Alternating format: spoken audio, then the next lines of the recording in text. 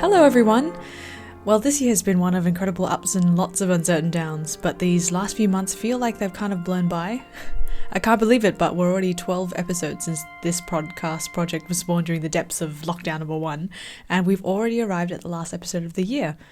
Today, I'm so delighted to welcome onto the program John Davis. John, as many of you will already know, is the CEO of the Australian Music Centre, and he's been the CEO of the AMC since 1995.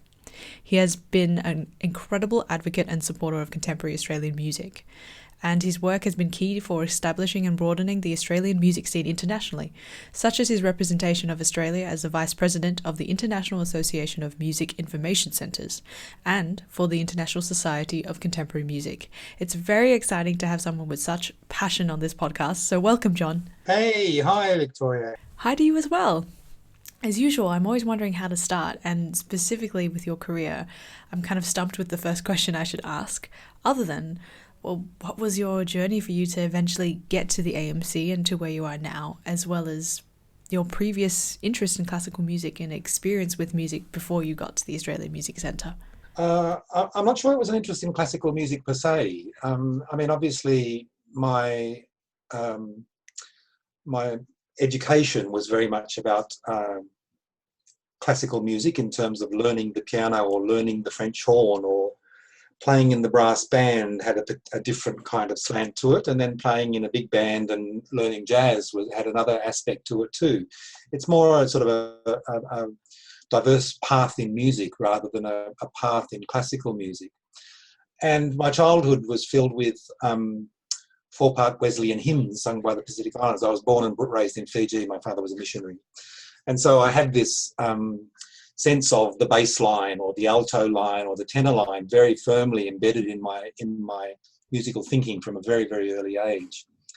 And also perhaps a very rickety old piano that had too much mildew and the tropical climate eroding away a lot, and my mother playing Chopin with lots of squeaks and groans and out-of-tunedness, and me lying down on the floor behind the piano listening to the squeaks and groans and being fascinated by it. So perhaps there's some element of that in some of the directions I've taken in terms of my musical interests and my musical journey.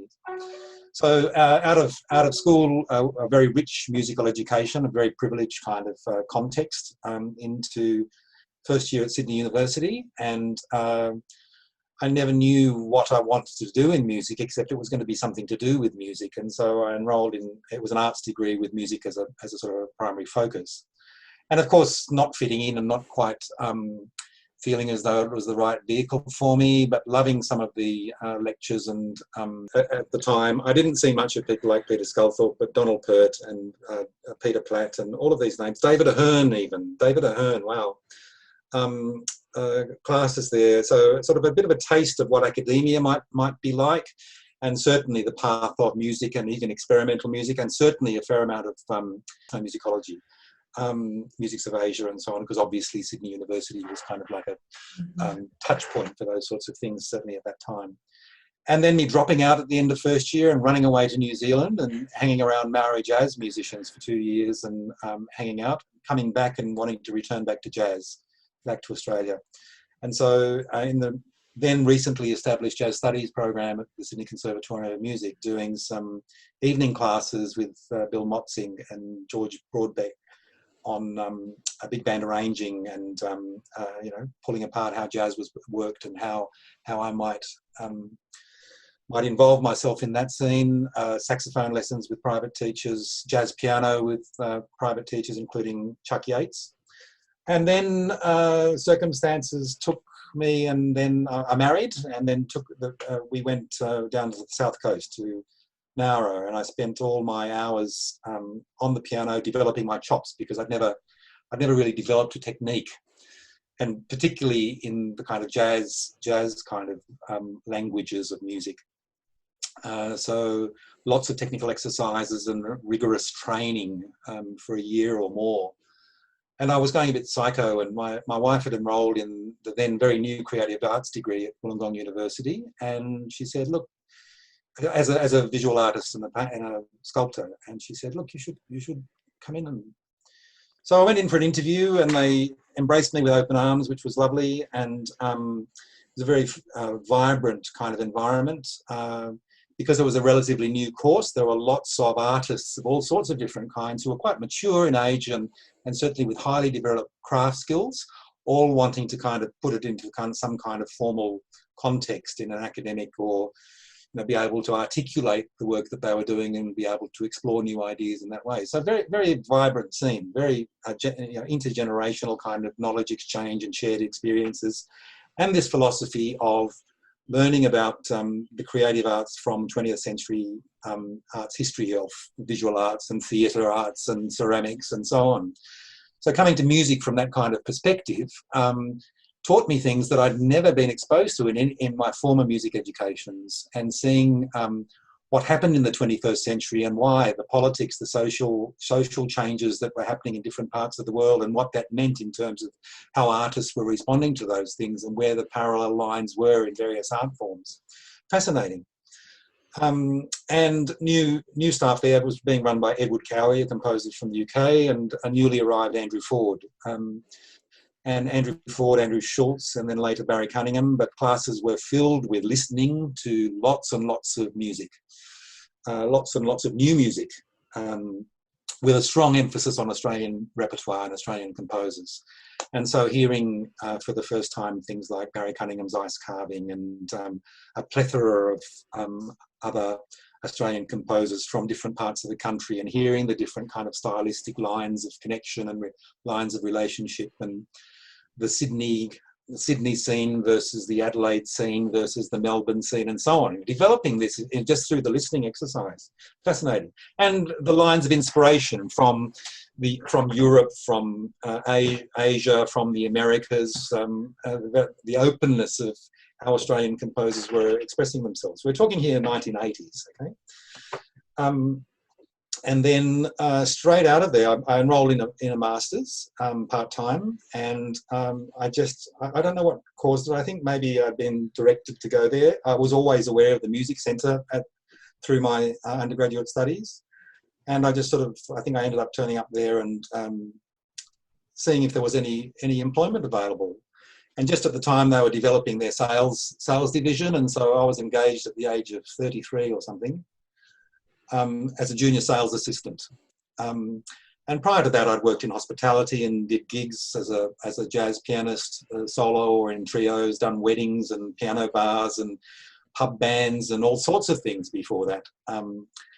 Then me getting my first real job as a junior sales assistant at the Australian Music Centre at the age of 33, thinking, perhaps I'll hang around here for a couple of years, see how it all strings together, how the scene all works, and then I'll be a composer. And in the meantime, pursuing my part-time studies for my masters.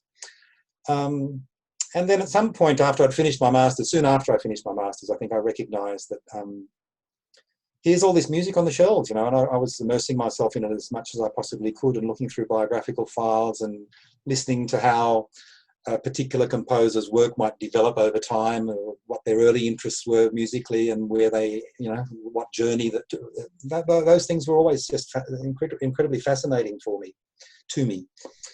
And then recognising that, I was interacting there with artists who were compelled to do what they do. They had this compulsion to express themselves in this medium of sound, and I felt like a bit of a fake in a sense, because I wasn't doing it because I was compelled to do it. I was doing it because I could, and I kind of felt it was kind of cheating in a sense, that here were real artists who were really, doing it at such deep kinds of levels, and I was kind of faking it.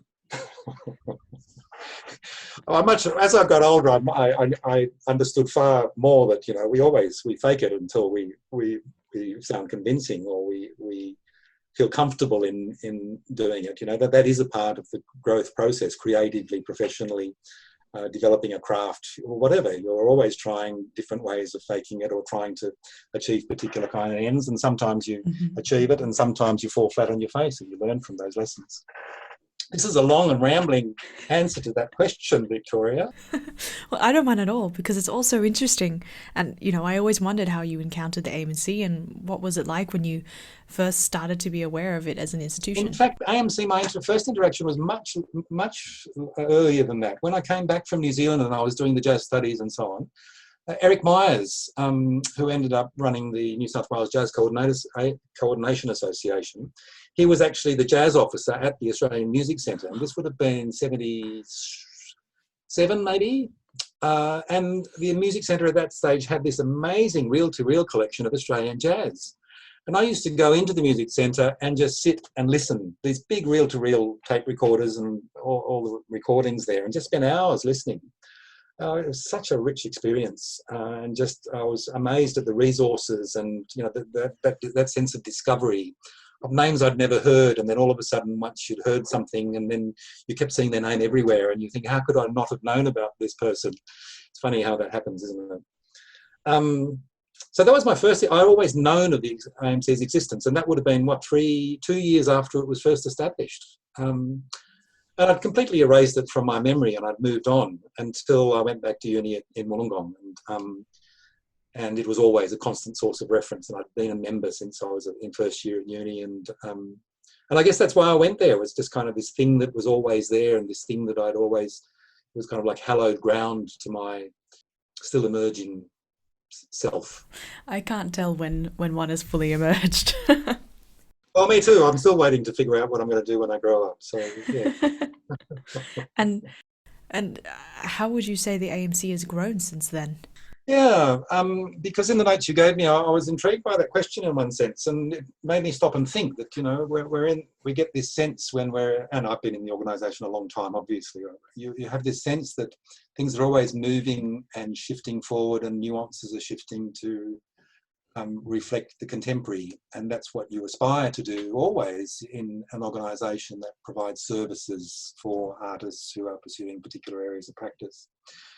So I went back to the Constitution, in fact, and I'm thinking maybe this Constitution got revised. This particular part of the Constitution got revised in the late noughties. There's only been a couple of times when the Constitution has been revised in AMC's history, but in the Constitution, it talks about fostering Australian composition in sound, which from a 1974 perspective is not the kind of expression you would expect. So that's why I'm thinking it's of the 21st century.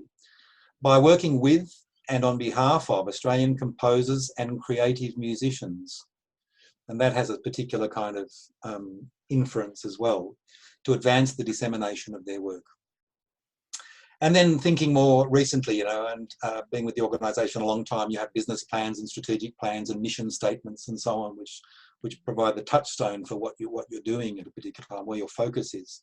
So our current one, which finishes this year, talks about representing Australian art music. Now there's a specific terminology applied there through our online services, because we've gone online and the collection per se has been digitised to a pretty large extent.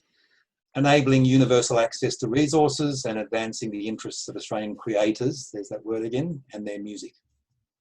And then the new strategic plan starting next year talks in broad terms about services that connect Australian creators to their audiences, enabling access, participation and engagement, and broader goals of diversity and visibility, education, technology, and so on and so forth. So it's interesting how there's still that thing at the core where you have Australian artists in different areas of creative practice, and this service organisation's responsibility of bringing visibility, enabling engagement and access to the artists and the content they create. And in the contemporary context, I guess the organisation provides pathways to interact and certainly to transact, because it's the transaction that generates the royalty that goes back to the composer, that results in the performance of the work, which generates royalties, which results in the recording and broadcast of the work, which also generates royalties. It creates this value chain that the organisation is trying to kind of lubricate, I guess, and magnify. So the terminology will be changing all the time. who the Australian Music Centre is and what it does. And sort of coming out of what the AMC does, what is the difference between the AMC and something like a traditional publishing house or maybe even an artist management company? Yeah, well, and they are important distinctions. Agency management, a publisher, a record label. Even in the last century, the idea of an artist, and I'm speaking very generically here, not necessarily about sort of the new art music world. Their aspiration, certainly popular music artists, their aspiration would be to sign with a label and have all of that stuff looked after them, and then they would become stars, and that's the aspiration. Or they'd have a manager who would get them gigs. But I think in the classical world, certainly there have been artist management agencies who've had composers on their books, and certainly publishers who sign composers to exploit their copyrights on their behalf. I think there are many other pathways now. The marketplace and commercial viability of publishing is shifted significantly. The digital space has shifted the emphasis. Print music publishing doesn't mean a great deal anymore in terms of commercial return. Synchronization rights and it used to be, where music was put in a film soundtrack and had multiple screenings in multiple dimensions, and that used to be a big cash cow and increase. And now with the streaming services, where the micro payments have eroded away the sort of financial return for the utility of an artist's output, things continue to shift. What was the question? What's the distinction between the AMC and the traditional publishing house? Yeah, so I think there's always gaps, and because also you have to look at the ethical question of where are public subsidies best applied. So is it to areas where there is the potential for commercial return?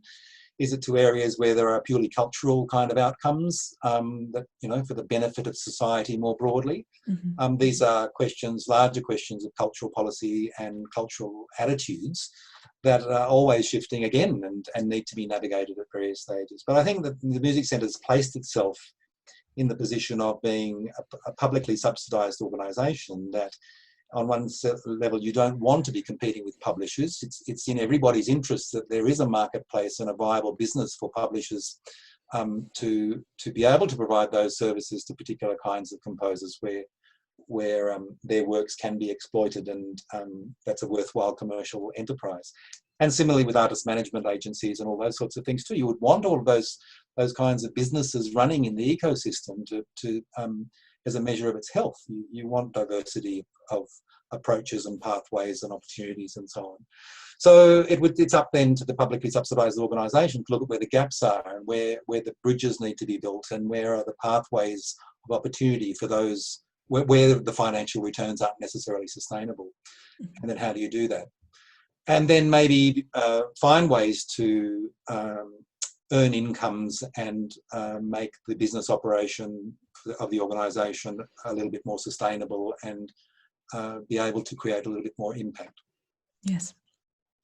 And actually, I was thinking, because you read out bits of the Constitution before and you noted the use of the word creators, is that because we're trying to expand the definition of what a musical creative is? It's not just a traditional model of a composer being the person who creates all the music that we then play.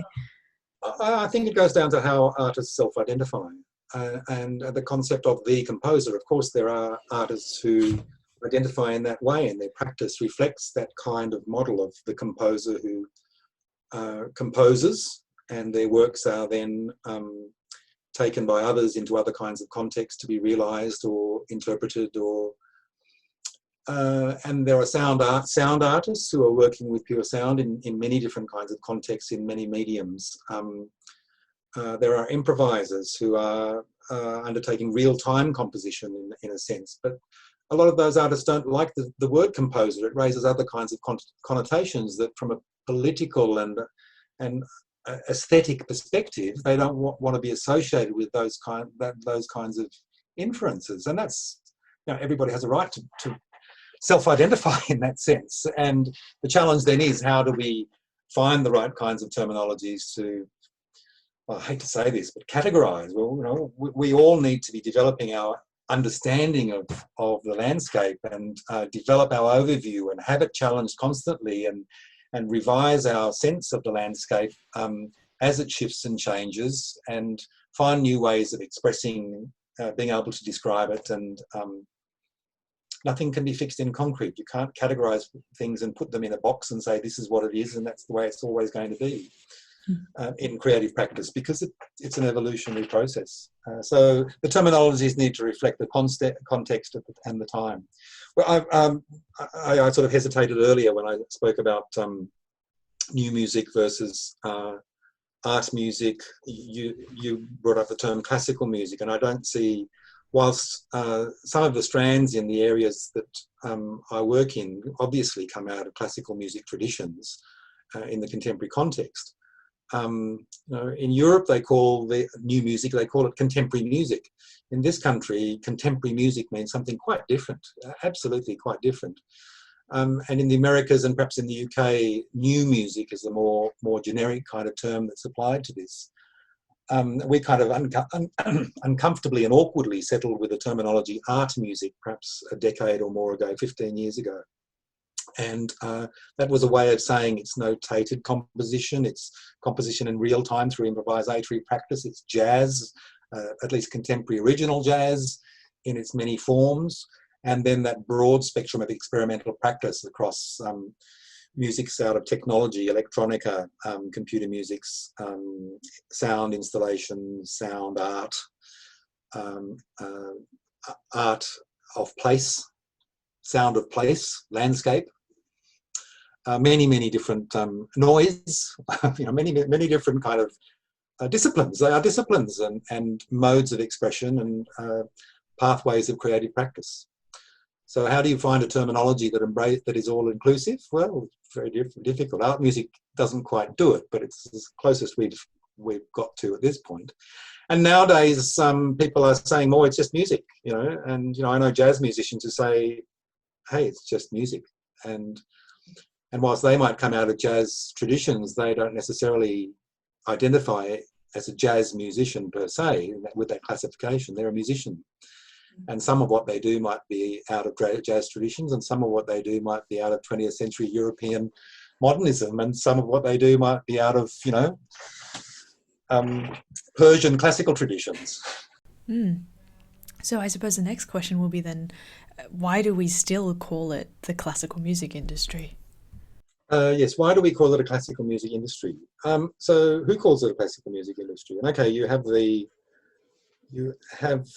one interpretation of that might be then you're talking about orchestras and ensembles and all sorts of different kinds of musical practice that is part of heritage traditions in the broader sense of musics of the past that still may speak in the contemporary context and still have relevance and be profound and provide a reference point for people to experience a shared experience of truth, beauty, exploration, whatever the rationale might be. And I guess those same principles in broad terms apply to the kinds of areas of music that I have worked in, and the kinds of artists I work with. But again, there's that self-identification question comes up, that what is the classical music industry? Well, the industry implies that there's a commercial viability to it, that there are artists earning money, there are agents working money, there are record labels earning money, and I'm not sure that in the contemporary context it really can be seen specifically like that, because I think those large and very expensive structures are all really struggling, and this is not to necessarily question the value of them, but they're all struggling to find ways to be sustainable without huge injections of public subsidies. So I wonder if it's an industry in that sense. Certainly there's all sorts of ancillary employment and income provisions and so on coming out of them. So I guess in that sense they are an industry, but they're an industry that by necessity need to be subsidised in some way, whether it be public subsidies or private subsidies. And you mentioned the word heritage before, and because they're so reliant on performing pieces from the past or kind of replicating potentially experiences from the past. Do you think there's a chance that there will come a time, hopefully not soon, but there will come a time where they feel disconnected from contemporary life and the public? Has it happened in the visual arts? Has it happened in theatre? Has it happened in dance? I suspect not. There's this broader question about heritage and what it means. It's not it's not, it has been used as a kind of a derogatory term. But there's something important about heritage and legacies and understandings that are passed down or reviewed or reinterpreted or challenged even, the mythologies around practices being re-examined from a contemporary perspective, and new dimensions emerging from that, or new work coming out of those re-examinations. That all work comes out of a reference point, where no artist is inventing the wheel, or very, very few, if any. It's always about modifying it in some way, or questioning it, or questioning its function, or how does a hexagon perform against a wheel, and how far will that take us on? What kind of a journey would that take us on? For the first of this episode's 3 intermissions, which have been curated by John, is a work by the incredible Lisa Lim. The work, How Forests Think, was actually dedicated to John and is performed here by the Elysian Ensemble in 2017.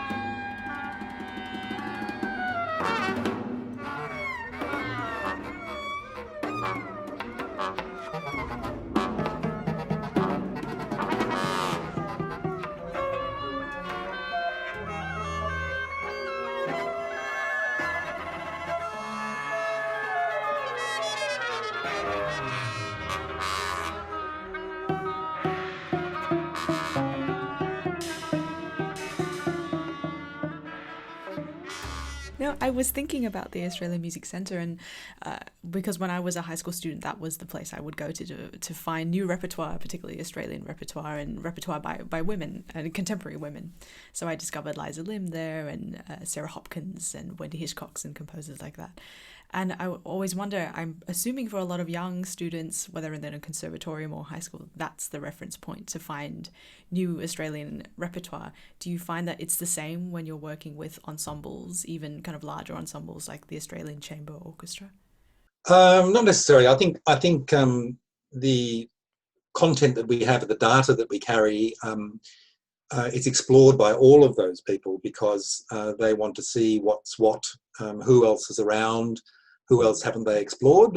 There are some organisations and ensembles and individual artists for that matter who want to empower themselves with their understanding of the landscape and chart their own course through that landscape with only passing reference to what else might be available because they're on a particular journey and with a particular pathway in mind, and that's fine too. There's no problem with that at all.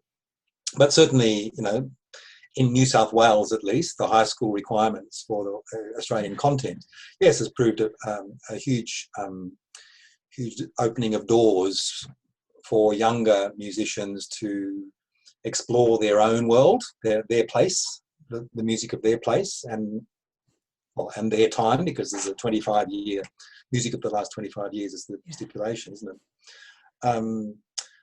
And come to an understanding, there are composers who live in my suburb.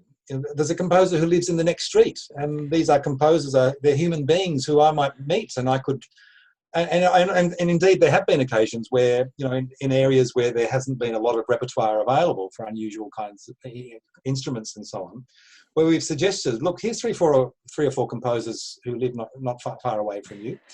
Just go get in touch with them and ask them if they'd be interested in writing a piece for contrabassoon for your HSC exam. And more often than not, a composer would be thrilled to bits to be able to have that kind of engagement and write a work for them. And you can imagine for a young student, this work I'm performing, it was written for me playing this instrument, and that sense of connection and all sorts of possibilities can come from that. And indeed whole musical pathways, and you've obviously come along a musical journey as a result of that experience too, and it's raised your awareness and your understanding of the landscape and who's around and what's what, and charted your course in navigating through the landscape that you're navigating through. It might sound silly, but not until I was 16 did it ever occur to me that there would be this huge population of composers that I could physically meet because they were still living. Because up until that actual HSC course, we didn't study music from living composers. Do you remember what you played for your HSC exams? Yes, it was Piper at the Gates of Dawn by Wendy Hitchcock. That was great. It was an amazing piece. But although I never wrote to her, although I don't know if she's still... She's in London, yeah. She's here. So maybe I should write to her. There we go.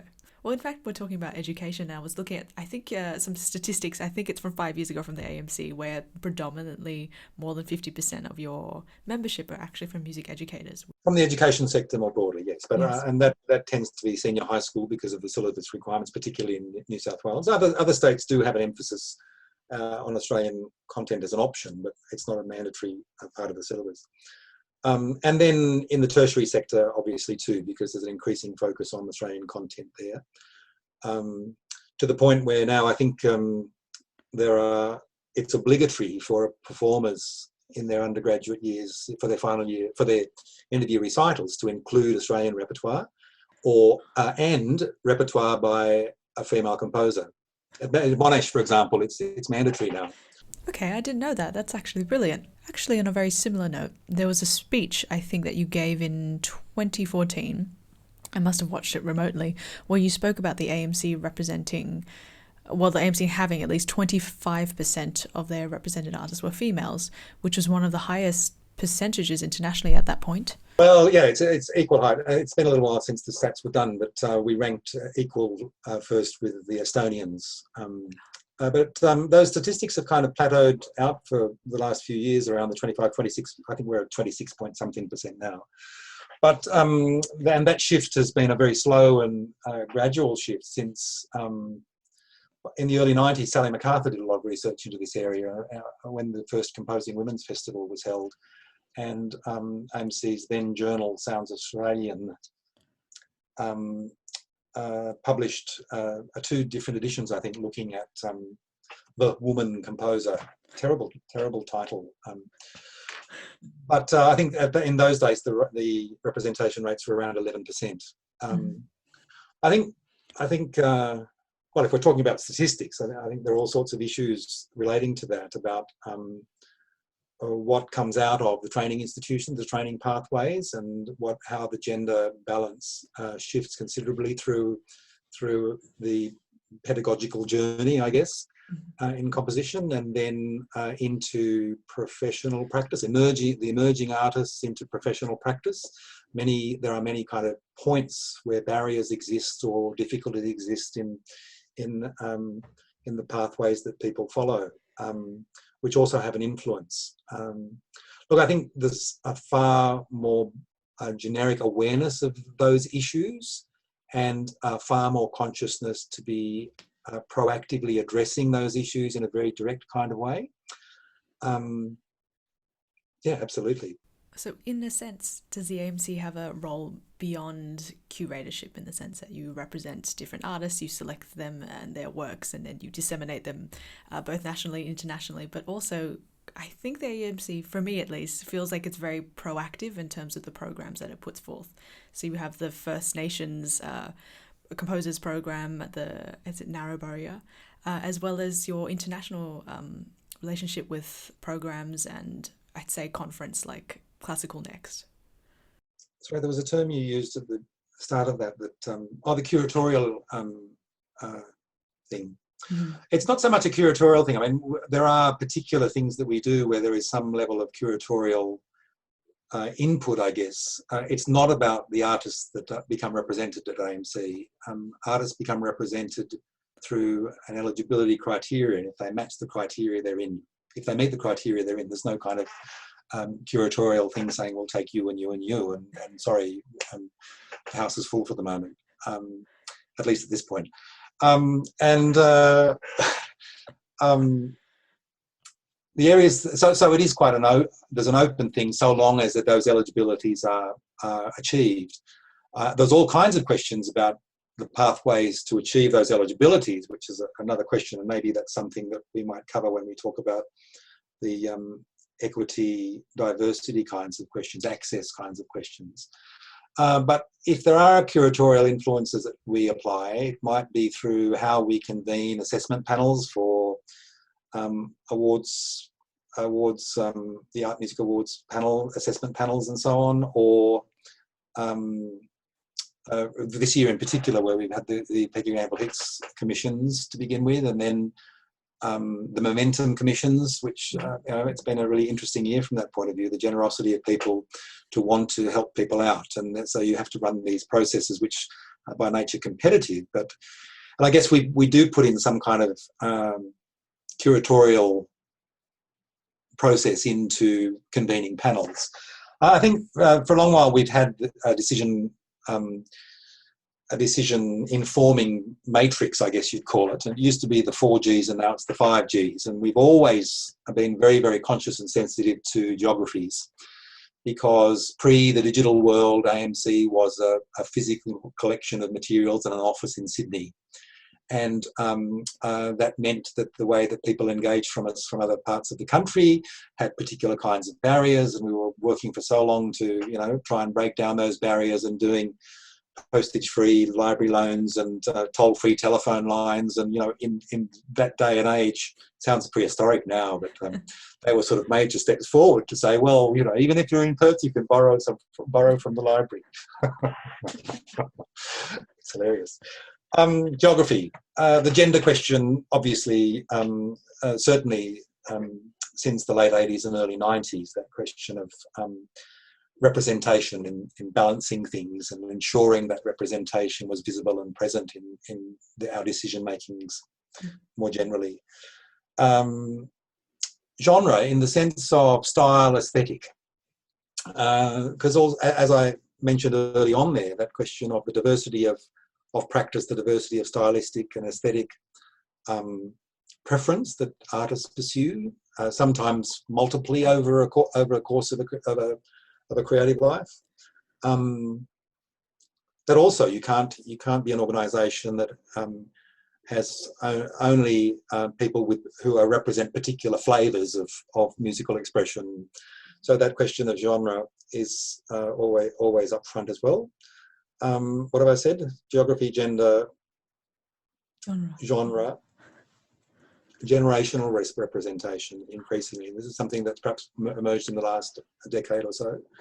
So when you have panels, that you make sure that there are younger voices there, not only to express what they know, but also to learn from others who are in there. So that legacy of those kinds of processes is a shared experience where understandings are learned. You know, people are going through that experience, hear other people's perspective in an assessment kind of context, and that provides them with language or a different way of looking at things, or a way to measure their level of understanding of a broader context of all kinds that applicants may be presenting themselves from. And then more increasingly, I guess we call it the global one, this question about diversity and diversity in all senses of the word. So that you know, just by having those things as a reference point whenever you're making a decision, and you don't always hit the mark every time, and you know, if you've only got a panel of 3 people, obviously you can't tick all 5 of those boxes. But by just being conscious that that's a kind of a decision making matrix that you use as a touchstone, it really shifts the outcomes. It shifts the way that things are constructed. It shifts the way that discussions take place within those processes. And it shifts the way that it shifts the outcome of the process too. I see. For the better. Yeah. So would you say that kind of a holistic approach is something you would encourage that maybe other institutions take on board? Well, I think, it goes back to those questions too of how do we come to see clearly the biases that we have ourselves.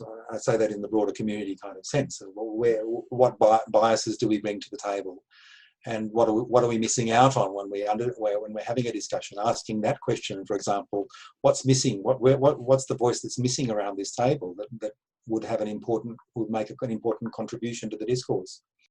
Just being conscious and sensitive to those things enables all sorts of change to occur in very subtle and but powerful ways. For our second curated intermission by John Davis is an excerpt from a previous Declassify guest, composer Brenda Gifford. Here is an excerpt from her work Mangala, meaning clouds in the Dagara language, here performed by New York City flautist Claire Chase.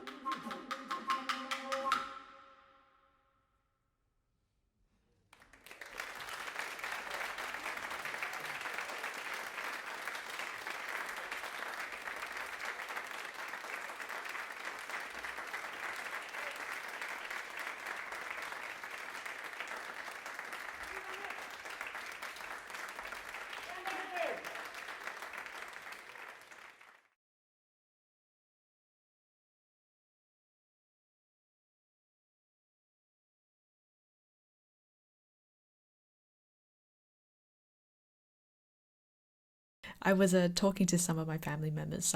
Most of them are not people who go to classical music concerts, and asking them about things they want to hear. And a lot of them are younger, and they would love to hear more. I suppose we would term it as new music or new art music and music from living people. But they feel intimidated to go to a concert hall because for them a small ensemble is something they would never think of. So they would think of classical music as being in a big concert hall with an orchestra or maybe going to the opera, but they feel intimidated by the chance or the really high chance of listening to late 19th century or early 20th century music or music before that period. Do you think there is a chance, particularly now in the pandemic, now that everything's slowed down, for things to reform and potentially for these bigger organizations to move forward by including more new and local works? Yeah, look, I think there's a growing understanding of, in that world, of the obligation to be exploring the new and to be inventing a future for that massive those massive machines that are, struggling to move forward. And I guess the larger question is to how is the relevance in the broader Australian society sense? How is their relevance being portrayed and justified? I mean, they're challenges we all face, not just in terms of orchestras, for example, but any kind of specialised, perceivedly elite pursuit. I think in the contemporary world, that kind of expertise and specialisation is being questioned generally. Why do you need that? Why do you need that level of knowledge and understanding when you've got Google? And I think that's kind of an unconscious thing across society, that specialisation and expertise is a very, very important thing. If you don't have people who can challenge and explore and discover new ways of looking or hearing or making or whatever their activity is, then we're a much poorer society. I've moved away slightly from what you've said, I think, but it's not to say that invention hasn't been there for a long time. It's not to say those explorations haven't been there for a long time. Cushion concerts in the 1960s, the series that John Hopkins, the conductor of the Proms, was doing at the Sydney Town Hall, and lots of new music, lots of different ways of listening experiences being presented. And in the more current context, different kinds of venues other than concert halls, and trying to shift the status quo or test it or give a different kind of experience to different kinds of audiences. For large structures, there's lots of risk attached to that, and I mean financial risk, because you only need one financial failure to sabotage your whole year, or two. It might take you 2 or 3 years to recover from it. I know of big international new music festivals, for example, who they spent 10 years preparing for their festival and to have all the international participants come to it in the ISCM, for example, in the International Society for Contemporary Music, where the member of ISCM, after hosting the festival, then went bankrupt. And you wouldn't see them again at ISCM for another 5 or 6 years until another generation of people sort of re-established themselves and came forward. So there's lots of risk involved in that sort of thing, and our desire to continue to be exploring the new and so on should be something that we always exercise. Do you think there's been a chance opened up now for experimentation because we have to digitally produce and present things? Yeah, it's curious, isn't it? Of course, that innovation thing of how then do we reach out? How do we retain our presence and our visibility, and how do we connect with that sound well? I've found it quite difficult myself, actually, and just we had the Ngaraburi concert. Was that last week or the week before in Sydney? Ensemble Offspring playing. Just as soon as they started playing, just the sound of a live instrument in my ears, which I hadn't heard for 9 months, was something quite startling. And my neighbour is about to go down to an ACO concert later this week. Again, she hasn't been for all year. She hasn't been since last year. And I know that's one thing she's really looking forward to, and she devours all online performances from Europe and the US, and she's obsessively consuming all that stuff, but just hasn't had that real experience. So I'm not sure. I think what it's done is open up other pathways of other dimensions to how we communicate with each other, and it's highlighted the what we've lost also of that the ritual and shared experience of gathering together to attend a performance, and the interactions in the foyer and the anticipation when people sit down, and all of those things that we take for granted when we're experiencing them. But they mean a huge amount. They're a part of an entire experience that it's not just about the music being played. There's so many other things associated with that. The interaction between the musicians, and sometimes the cameras might be able to capture that, and other times it's not. It's sort of like a static camera in the auditorium focused on the stage, and you don't get those nuances of, in a string quartet, the first violin raising an eyebrow at the cello, and a little smile comes on both their faces. Or those things that make magic where you're watching the theatre of the performance in a very intimate and direct kind of way. We miss those things. I miss those things. No, I miss being in a room with other people, experiencing something collectively. Because now, I was thinking the other day, watching an online concert, I was in my bed in my pajamas, watching a whole orchestra play on stage, and it felt very, firstly, I felt like I was being disrespectful, but also I felt completely disconnected to the people playing this enormous piece on stage. They wouldn't have noticed you. That's true. They're all still dressed in their blacks, and I'm just in my pajamas. They would have been just grateful that you were one of the statistics that logged in. But they were reaching people. They were reaching people. That's what they were doing it for. They would have wanted to have seen the statistics at the end of the night. Hey, our Art Music Awards earlier this year, the virtual realisation of them. So normally we have a live event with maybe 300, 350 people at it. And yes, it's a huge love fest of a gathering of the clan, and the seeing people from different parts of the country and catching up, and that real sense of belonging and connectedness. And we were really uncertain about how the virtual realisation might go. And so watching the event live, there were about 500 or 600, and okay, that's not earth-shattering by any means. But then the stream was up there for a month, and we ended up with over 4,000 views of the show. And for us, that's that's quite a reasonable kind of a figure for that event. In the way that it was presented to reach that many people was very satisfying. So will you keep a digital version of the awards going alongside the physical for future? Yeah, well, that raises the question, doesn't it? So we're about to do the enter into the preparations for next year's right now. In fact, there's a meeting next week to look to review this year, and to then start exploring what decisions need to be made about how it might be made manifest next year, or even if it can be done as a physical event next year. We don't even know that yet. That's true. I'm not sure either. I think Australia's being very responsible in its approach. Yeah, and that's absolutely necessary, I think. But look, at least we've discovered that it can be done really effectively, and that an overwhelmingly positive response to it too, and we know that can be done. Mm-hmm. I see.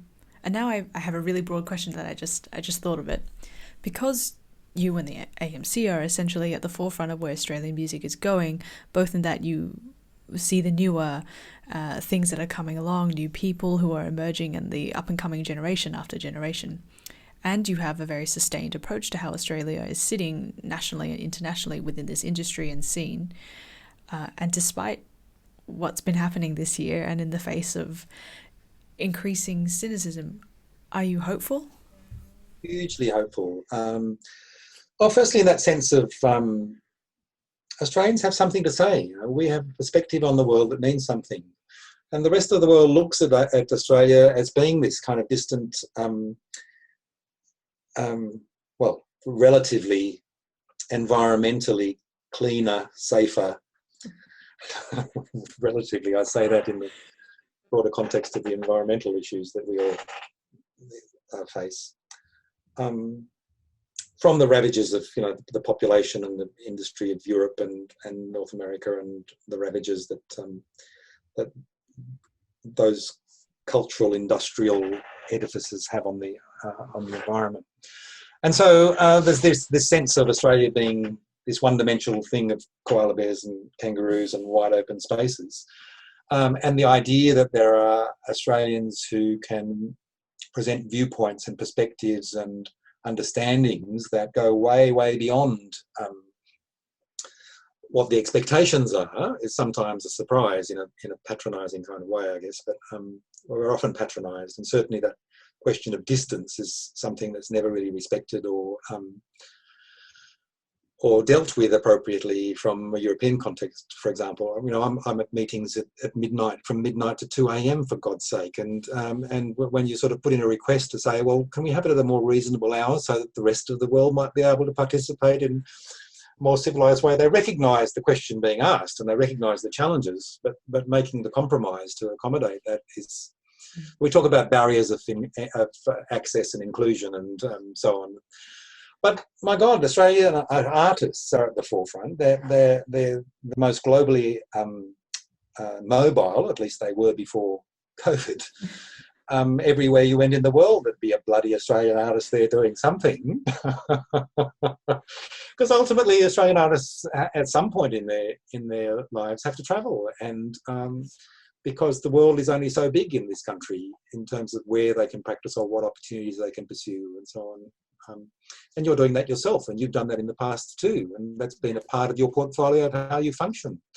And so that's, mind you, there's lots of other younger generations who are also globally mobile for similar kinds of reasons, but I would say that Australians and the Kiwis too, our Kiwi cousins, also have that quality to them too. And our viewpoint on the world is different to the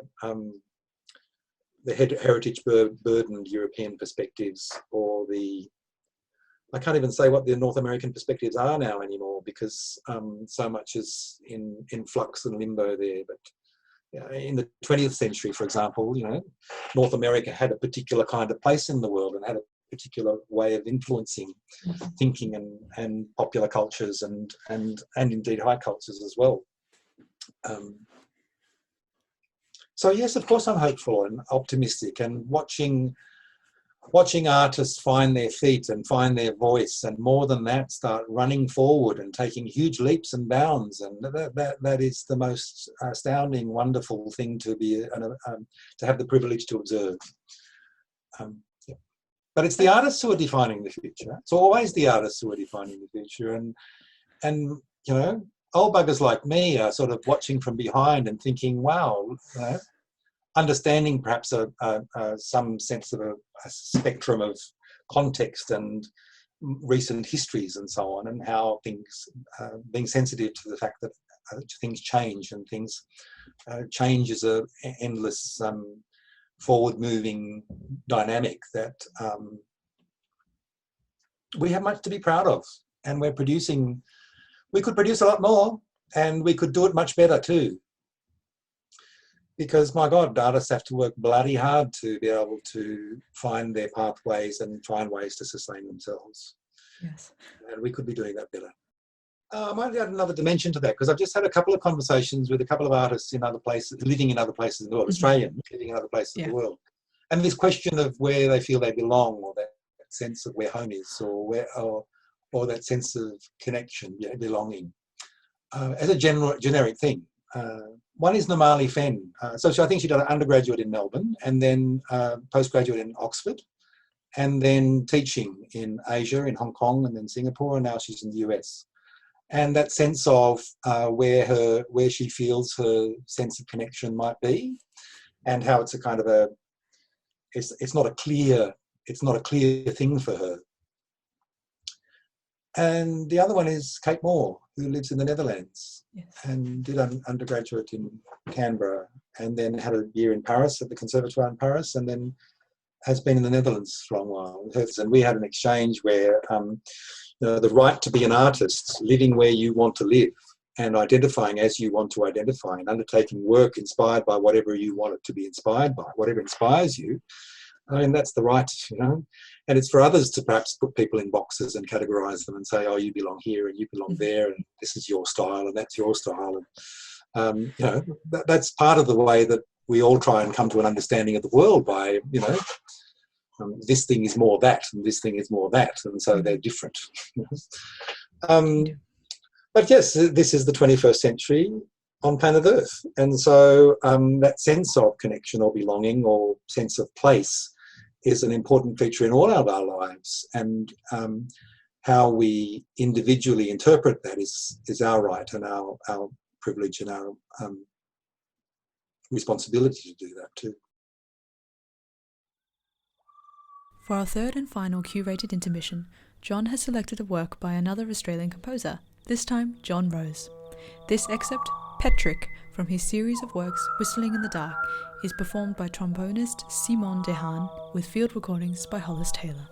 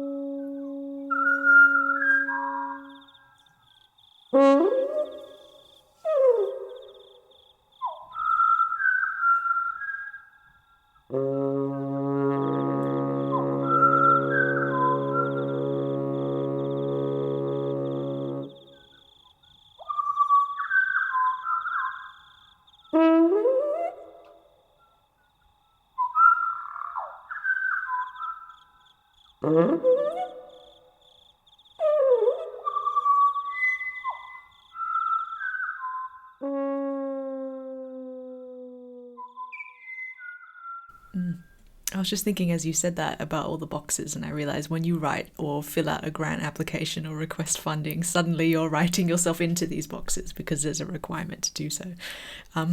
So that kind of links in with what you said before. Do you think we could foster a better environment for artists, and what strategies do you think would be helpful to move in that direction? You know, as a service organisation, we need to be providing relevant services. Sorry, just going back a little bit, there's nothing wrong with the horses for courses.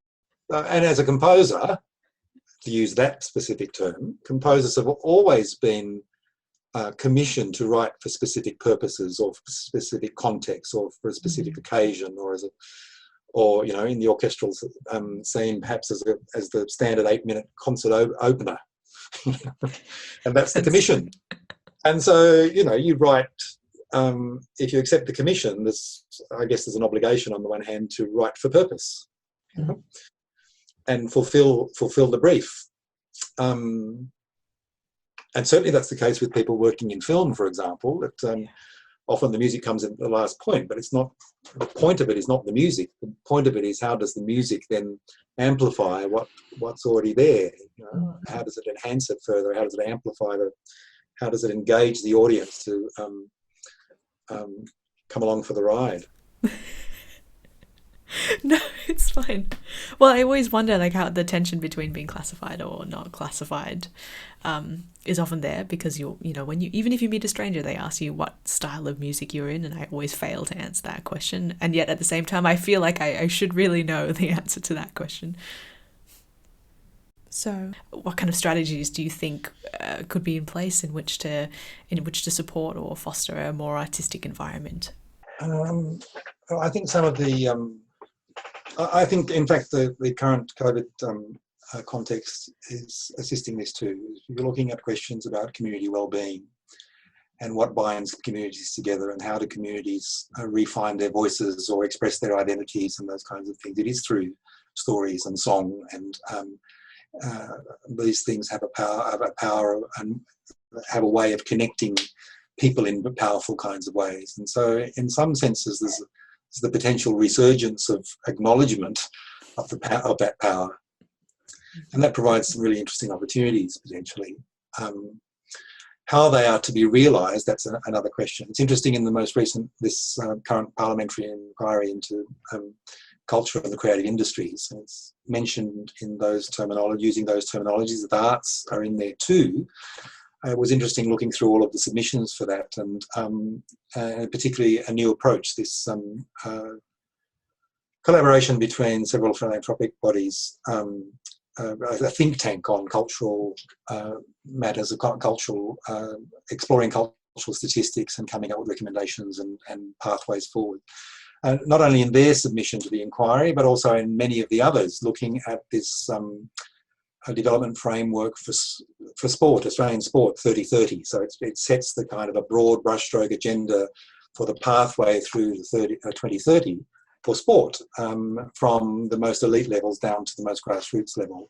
And the proposal being that this is what we need in the cultural and the creative industry sectors, given the levels of employment and income generation, export earnings and so on that the sectors earn. This is a path where governments of different kinds of colours and persuasions, it would be a no-brainer for them to embark on that kind of a journey to develop a plan for culture and the creative industries along the same kind of lines. That's quite a powerful and potent way of expressing it, rather than saying, classical music is good. Or it puts it in a much larger societal kind of context in language that is quite clearly understood. It's embracing of many different ways of creative expressions and the businesses and sustainable commercial, from the most sustainable commercial models through to the most subsidy reliant models. It's all inclusive in that kind of sense. And it takes us on a path where these things are thought through and invested in as a matter of benefit to our society. That's quite a potent kind of argument, and a very practical and pragmatic one at the same time. Indeed, because during this pandemic, I imagine everyone who is isolated or in quarantine or just at home during lockdown, you turn to the arts for some sense of solace or connection, because we don't have the chance to leave our spaces anymore. And reflection. There's more time for reflection. What do you do in that? I mean, you could watch television all the time. That's okay. But I think lots of people are listening to music of different kinds in ways that they haven't listened to it before, or remembering or rediscovering what musics they really like, or what musics that the times call for. There's sensitivities and sensibilities that wouldn't necessarily people would have time to consider. Yes. So maybe there are huge opportunities out of that too. I hope that there's some sort of newfound, not appreciation, but love of the arts, just because of what it can bring for you, and that it doesn't feel like a luxury anymore. And so, in terms of the pandemic's impact on the arts and in the music industry, do you think it will have a long-lasting effect in terms of how we think about connection and culture? How are we defining our culture, or how are we seeing ourselves in a world where the decolonisation of structures and so on is increasingly important? And First Nations voices are increasingly important, perhaps even more so, given the disparity that exists across Australian society. And I was at again, it was kind of like a cultural policy exploration kind of session a couple of years ago, where it was put this thing about First Nations first, always. And if you have this cultural ecosystem with First Nations voices at its very core, in a very natural way, the rest of the ecosystem will look after itself because of the principles and values and ways of seeing and hearing and thinking that emanate from that as a core, from the core.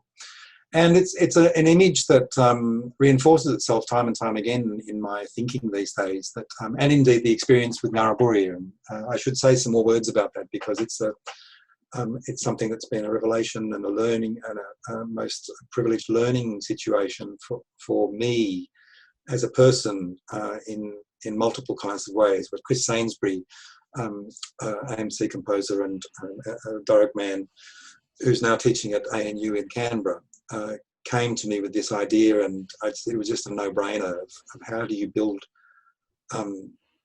paths of access to First Nations musicians already proficient in other areas and already exercising their art making in other areas. How do you bring them into provide them with access into the art music world?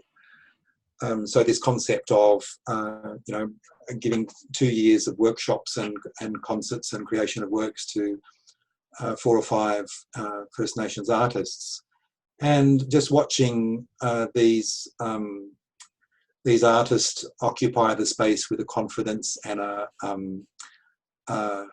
with things to say, with powerful things to say, and really wanting to say it too. These voices. The power of these voices being expressed just came as a natural consequence of it, and it caused me to think many times, and I had my wrist slapped many times in terms of the kind of language that I was using or the methodology. The idea of running a project is that you have these milestones and the timelines, and here's the outcomes, and here's the way that you acquit the funding that's been invested in it, and it's just a way of thinking where you throw all of that stuff out of the window and that you just spend time together.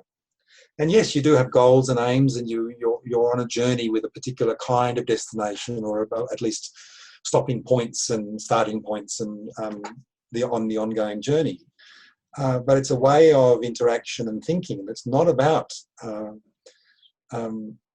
dots on the paper or the sound, or it is about people coming together and sharing that experience as the primary connecting point.